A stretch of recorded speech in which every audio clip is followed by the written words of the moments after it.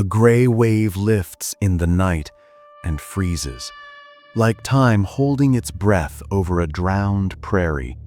Something rises under you. No roar, no splash, just pressure. A hand on your back, guiding you toward the edge.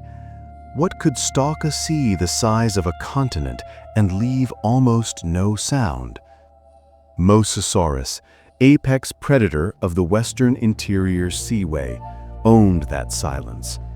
Picture teeth like wet ivory, a hypocercal tail cocked like a spring, eyes wired for dusk, a skull built to clamp and not let go.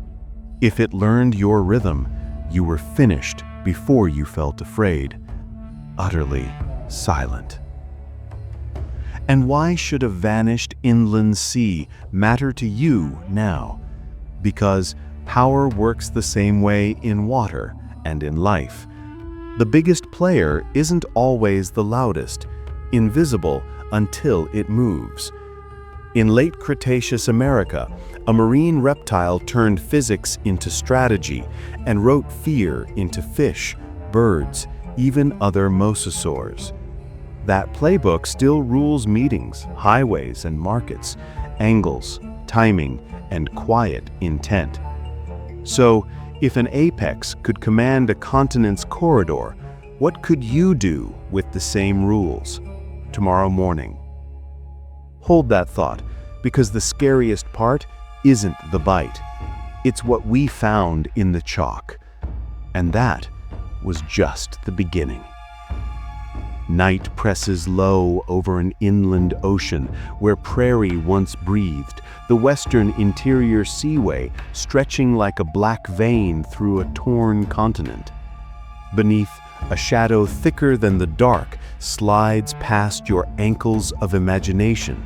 The apex predator we call Mosasaurus, a marine reptile that hunted where buffalo would someday graze.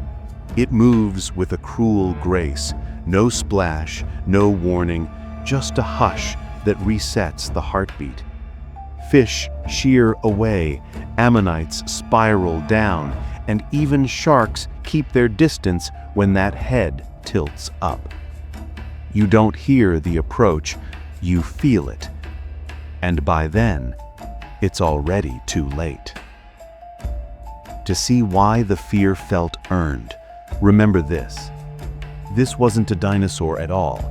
It was a giant squamate, closer to monitor lizards and snakes than to T-Rex, adapted to a late Cretaceous inland sea.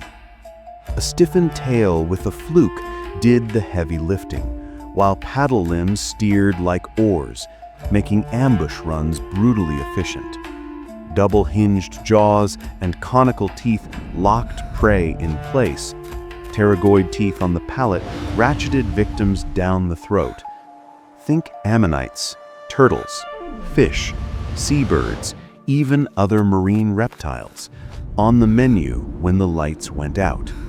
Salt glands dumped excess brine, lungs held long, skulls punched wake-silent corridors straight through fear. So the terror wasn't only size, it was mindset. Don't chase waves, own the valley between them. In the Western Interior Seaway, everything learned to read the water's grammar. Mosasaurus wrote the punctuation at the end of sentences. Survival there meant angles, timing, and distance, the same rules you use crossing streets, navigating crowds, or spotting risk before it blossoms. Predators peach economy. Spend little, strike once, finish clean. I thought I understood that equation. Apex predator plus inland sea equals inevitability. But one result shocked me. Dusk folds over the seaway, and the water turns to smoked glass. A sea turtle lifts for air, and that's when the silence bends. Pressure, not sound, a hush like a door closing. From below, Mosasaurus rises on a narrow column of wake, body fixed, tail scything, jaws yawning like a trap door. Teeth meet shell with a dull, private crunch. The sea swallows the evidence before the stars can judge. When the ripples settle, only a feather from some unlucky Hesperornis drifts, like a warning you read too late. That elegance came from a single idea: convert stealth into burst. A crescent tail fluke with a dominant lower lobe, hypocercal, delivered the punch, while paddle limbs trimmed the line. Stiff trunk, flexible neck, and a long rostrum kept the profile narrow. The skull's kinetic joints widened the gait. Conical teeth gripped slick prey. Pterygoid teeth on the palate ratcheted dinner inward. Salt glands purged the excess brine. Lungs held long. Skulls punched wake-silent corridors straight through fear. Design like this whispers a lesson you can use on land. Simplify, then amplify the moment that counts. Cut drag in your day. Steer with small moves. Save energy for the decisive strike. Email, pitch, negotiation, sprint. Read the water before you swim. Currents, crosswinds, blind spots. That's how a hunter stays a step ahead.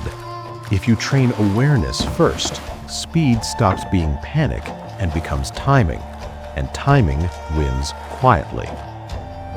I thought that was the whole playbook for Mosasaurus, until a set of fossils hinted it began life in a way almost nobody expected. Some monsters arrived by thunder. This one arrived by breathing waterlight, tiny and new, far from shore, as if the Western Interior Seaway itself were the cradle. If a giant hunter was born in open water, what else about Mosasaurus have we mistaken? Picture night milked into chalk, plankton glowing like spilled stars over the seaway. A palm-length shadow, neonate Mosasaurus, tilts its skull, follows a ribbon of scent, and vanishes beneath a drifting ammonite shell. No shore voices, no reeds, just blue on blue quiet where apex futures begin. Out here, a newborn marine reptile learns the grammar of distance. Hide in turbulence, draft behind larger shapes, attack only what you can swallow. You'd expect nurseries near coves and calm, but the first crib was the inland sea itself, and that changes how we read every ripple. The evidence points to viviparity, live birth, like many squamates, pelvic anatomy, embryo-like bones, and tiny mosasaur material from mid-seaway chalks, not beach wash. Neonatal vertebrae with incomplete ossification, delicate cranial elements, and miniature pterygoid tooth rows hint at ocean-born starts. Open water nurseries reduce shoreline predators and surf trauma, trading one risk for another: deepwater hunger and shadowed hunters. Countershading a streamlined body, and that hypocercal tail fluke scale down surprisingly well, turning small bodies into efficient darts. Apex status isn't inherited at birth, but the blueprint is: hydrodynamics, oxygen management, and jaws that will, soon enough, write headlines in bone. Beginnings in deep water sound cruel until you notice the lesson. Start where the skills you'll need are unavoidable. If you launch a project, a habit, even a tough conversation, do it where feedback is real, no soft shoreline to hide behind. Read currents, budget oxygen, conserve strikes. That's late Cretaceous wisdom for modern calendars. And quick aside, if this hidden origin story hooks you, tap subscribe and stick with the hunt. The next turns come fast, because the nursery wasn't empty. And what shared those waters with baby Mosasaurus could erase even grown giants, if they blinked. Moonlight frays across the seaway and the surface turns into a silver ceiling, perfect for silhouettes. A school of fish pins itself into a glittering coin, and a diving Hesperornis cuts down like a feathered spear. From below, Mosasaurus angles in on a shallow diagonal, using that ceiling to paint its prey in black and white. The first bite is quiet, the second decisive. A shake, a wrench, a surge, then stillness knitting itself back together. If you were floating there, you'd swear the water learned to lie, because the attack ends before your fear finds its name. As tactics go, it was physics turned into a plan. Silhouette prey against skylight, then lunge. Large scleral rings suggested strong low-light vision. Retracted nostrils and skull acoustics likely helped read pressure and vibration cues. The hypocercal tail fluke delivered burst speed, while paddle limbs micro-trimmed the line so the head stayed arrow-true. Double-hinged jaws plus pterygoid teeth ratcheted prey inward. Robust neck and trunk musculature enabled shake and shear feeding. Counter-shading and streamlined scaling kept drag low, letting an animal over 10 meters long sprint, strike, and vanish like a rumor. Predation is pattern math. Light versus dark, angles versus distance, noise versus signal. Learn to read it, and you waste less life. On land, that means spotting tells in a meeting, sensing currents in a room, timing your move when the odds are soft. Save your oxygen for decisive moments. Spend it without flinch, and don't advertise intent. Mosasaurus would call that basic. But every playbook draws a rival, and patterns break when another apex understands the same rules from a different angle. One neighbor in this inland sea carried a battering ram's skull and a mean streak in bone. Collision was inevitable. Two kings, one inland sea. One strikes like a shadow, the other like a spear. When they met, the chalk kept the score in tooth marks you can still trace. The seaway tightens to a corridor of chalk blue dusk, and the water goes tense the way a room does before a fight. Mosasaurus ghosts in from below, a shadow with teeth. From the flank, a longer shape angles in, Tylosaurus, the spear of this inland sea. They don't circle, they collide. A blunt, battering ram's snout hammers ribs. The return hit is all jaws and torque, pressure waves slapping the surface like thunder with no lightning. When it quiets, scales drift like ash, and the chalk adds another unsolved equation to its ledger. Tylosaurus, a cousin, not a twin, wore an elongated, toothless snout tip, the tylos, built for ramming. Its robust skull, deep chest, and powerful hypocercal tail gave it a different angle on the same apex job as Mosasaurus. Stomach contents and bite mark forensics paint a violent menu. Fish like Zephactinus, seabirds, turtles, plesiosaurs, even other mosasaurs. Healed rib fractures, puncture-spaced tooth marks, and pathologies in mosasaur bones suggest clashes weren't rare and cannibal bites weren't hypothetical. Same sea, similar tools, split tactics. One ambushes, one bull rushes. Niche partitioning by style more than address. Apex versus apex teaches ugly math. Strength meets timing, and timing usually wins. On land, that means your plan has to survive contact. First bump, first no, first blind spot. Because someone out there hits like a spear. Map your rivals, harden your ribs, pick angles that punish their habits. That's how you keep breathing in a crowded sea. But not every defeat comes with tooth marks. Sometimes the water itself turns on its kings. Oxygen thins, chemistry sours, horizons move. And buried in one Mosasaurus, the last thing it swallowed before everything changed left a clue I can't shake. Dawn tries to happen that the sky over the seaway looks wrong, a gray bruise that never warms. A mature Mosasaurus pins schooling fish against the surface, bites, swallows, and pauses as tiny beads of glass prickle the water, rain that cuts. Pressure drops, birds vanish, the horizon turns a smear. Hours later, a fine shadow settles from the heavens, and daylight feels like dusk wearing a mask. The apex predator works the margins anyway, but the sea's grammar shifts mid-sentence.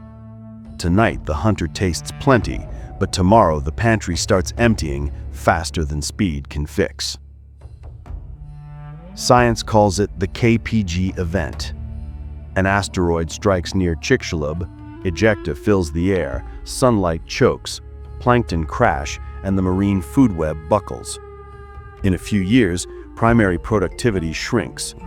In layers, the Western Interior Seaway regresses. Chemistry tilts toward acid and anoxia. Large marine reptiles, Mosasaurus included, carry big oxygen demands and high-calorie budgets that don't forgive long droughts of prey. Stomach contents from Mosasaurus show fish, turtles, seabirds, rich meals that go scarce when base producers fall. You can sprint on a hypocercal tail only so long. Without energy input, even perfect hydrodynamics run out of tomorrow. Meaning lands like a cold wave. Apex isn't a crown, it's a contract with your calendar, renewable only while the base holds. On land, that's your routines: sleep, groceries, power grid. Pull any one long enough and even strong engines cough. Adaptation buys time, range shifts, diet tweaks, deeper foraging, but the Seaway was closing its doors. And one fossilized Mosasaurus left a last meal signature: fish bones, bird elements, a turtle scute, under a layer that says the lights dimmed for good. Still, the chalk whispers something stranger. The sea didn't end once, it flickered, and in that flicker hides our reveal. Here's the reveal the chalk kept. The Western Interior Seaway didn't simply blink out, it staggered. Productivity faltered, coastlines retreated, chemistry soured, and the apex calendar ran out of pages in bursts and lulls. In that strobe, Mosasaurus still struck, still swallowed, still vanished, but each meal arrived farther apart. Tooth marks on bone tell violence. Thin layers of dust and plankton crashes tell famine. The monster that ruled silence was finally ruled by emptiness. That's the part that bites today. Systems fail from the bottom, and by the time the noise reaches the top, it's already late. What do you do with a lesson from a late Cretaceous marine reptile? Copy the physics. Read silhouettes before they read you. Where are the skylights in your day that expose you? Conserve oxygen. Sleep on time. Eat like a predator with a plan. Stack buffers. Reduce drag.